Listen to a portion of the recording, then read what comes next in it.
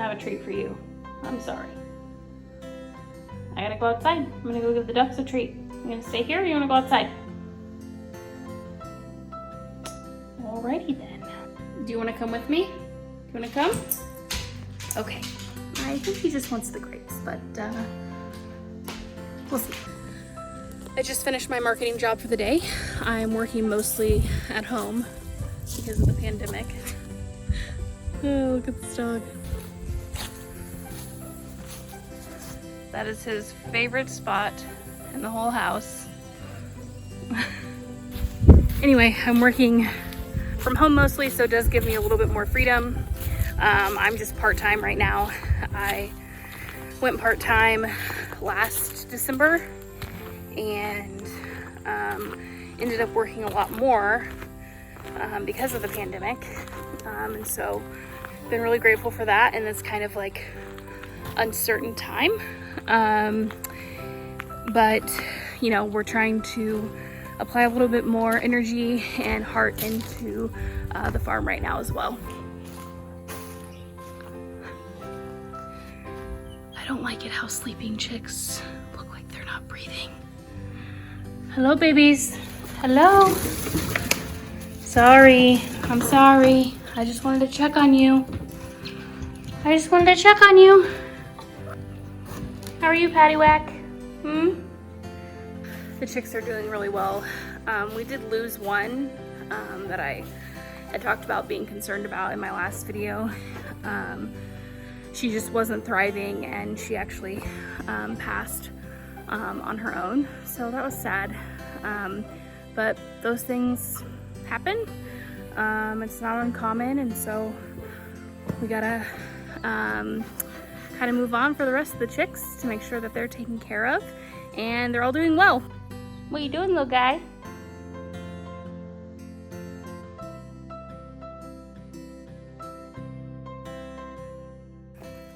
This pandemic has been a really interesting time for everyone, and I think I've struggled with it emotionally, and there's been a lot of emotions, but kind of diving back into our homestead and the farm is kind of giving me some renewed energy and renewed life, really.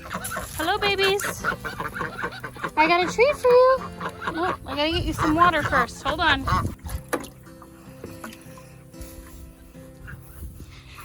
I'm getting really excited to get these ducks moved into their new home. And that should be coming next weekend. Hi. Hi. Hi, sweetie. I need to get this. Hi. What's the problem?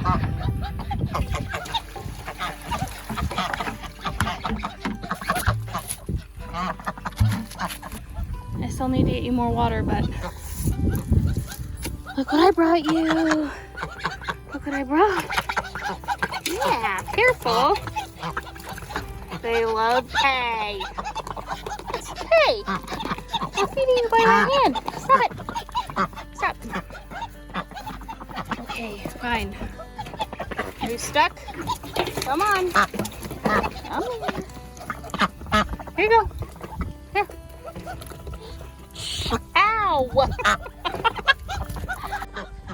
I was gonna have this just beautiful moment where I show you hand feeding the ducks, and they're insane. So there's that. I'm actually really excited that they are so aggressive about eating out of my hands, because ducks are kind of can be really standoffish and just scared of people, and so these ducks have continued to want to be near to us if we have food. So I'll take it. Ouch! Paddywhack. Rude. Okay. Anyway, so Eric worked from home today, and that's been nice. He is working on the fencing now that work is kind of wrapping up for the day, because we have the goats, and so we need to kind of get them settled still, and we need to keep Walter, our livestock guardian dog, from getting out of the property, because he thinks that he also needs to patrol the neighbor's land, which, you know, they're said to kind of patrol like a 2-mile radius, so I don't blame him. You can see it behind me here. But our property goes like straight back, our parcel. We have 40 acres, but you know, we have a neighbor a 1/4 mile down the road that way. So we just have to be kind of conscientious about how we handle the property up here close to the neighbors. What are you doing?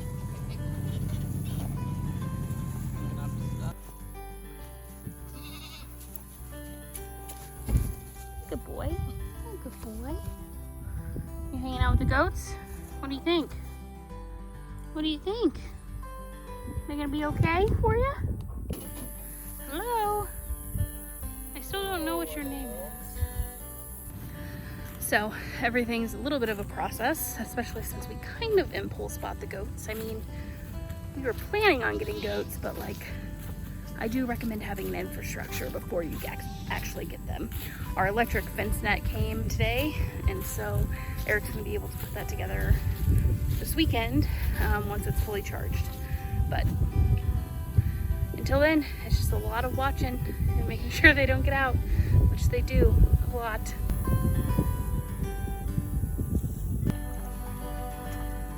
What are you doing?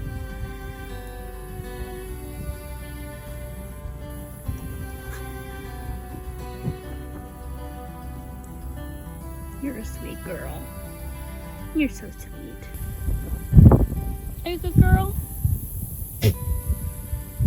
I really do love these goats though.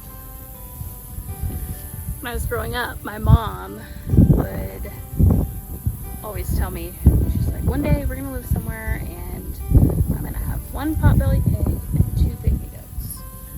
And I don't know if she actually had like experience with goats or pigs, and I kind of wonder now if she thought pygmy goats were like smaller than they are. I know they're the miniature size of goats, but they're not small. I mean, the ones that we have, which are like crosses, are like probably 70 pounds. So I always wondered, like, or not always wondered, I wonder now if she thought they were actually like small little petite animals, and if she thought potbelly pigs were small petite animals too, because they're also not tiny. My mom passed away when I was 15 from cancer, and you know, it was like one of those unexpected things. She was a beautiful and complex lady, and she loved animals. So my mom loved animals. I don't actually think she would have been happy on a farm. Farms, even at this size and this scale, are a lot of work, and I think it would have been really overwhelming for her, because even having cats and dogs was sometimes overwhelming. But in some sort of weird way, I feel like I'm living her dream out, I guess. Got the 2 goats, don't have a potbelly pig. I don't know if that is going to be on the list, but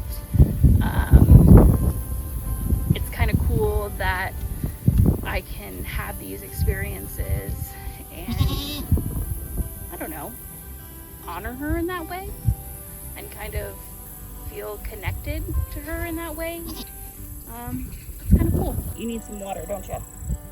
Alright, I'm gonna go get you some more water.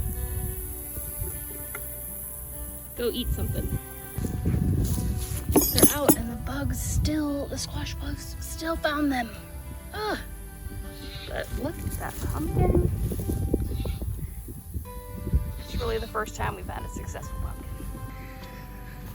My mom dying when she was only 54 is kind of one of the reasons that, you know, the idea of living on a homestead and growing our own food and having this experience is so important to me. So many things in life that are out of our control, like death.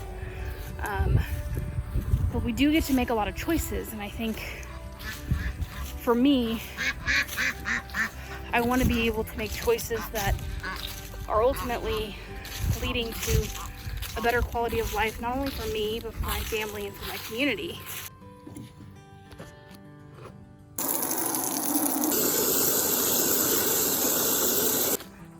And I think what's even cooler about homesteading and raising your own food and, you know, this kind of authentic learning experience is that you don't really need 40 acres to do that.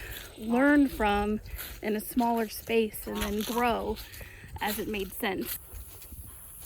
Well, hi buddy.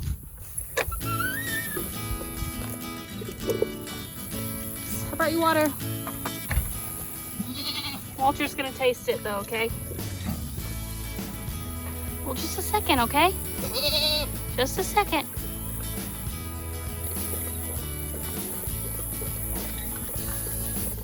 Eric's getting everything offloaded into the compost pallets. He's drinking all the water I brought down for the goats.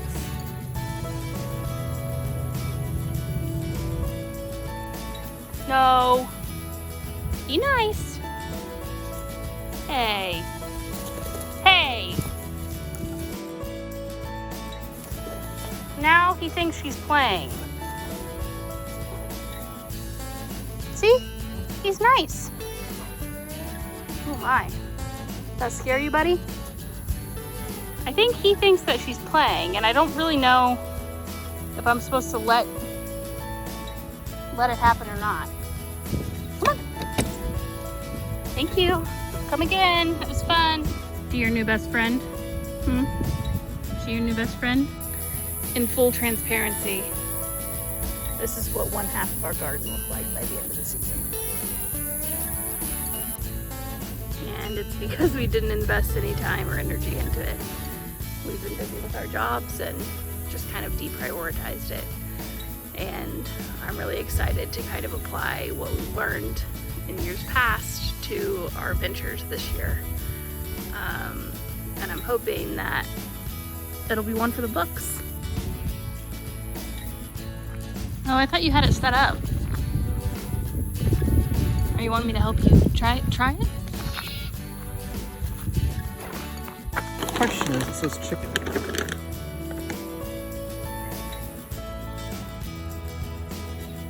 We can Google if it will work for goats. Sure. I'll add it to the list of things to Google. Like, should I let my goat headbutt my dog? What do you think of my shoes? Anything special? They're just what I found in the garage.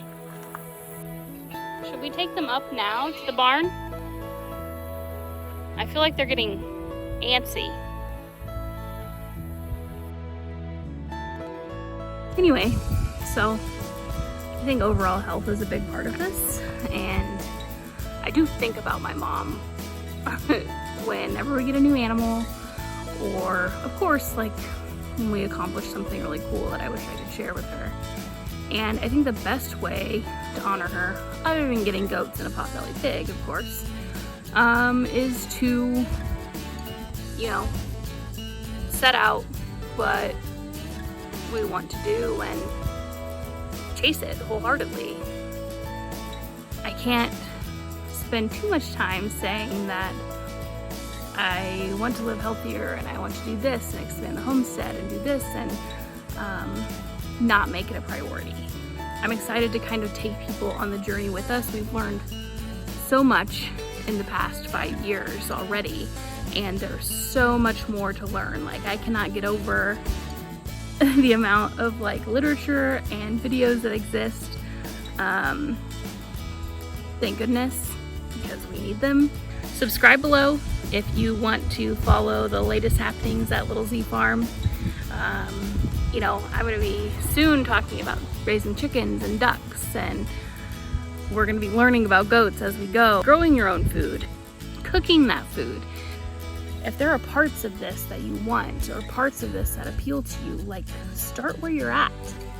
Anyway, I'm just excited about it, and I'm ready to share.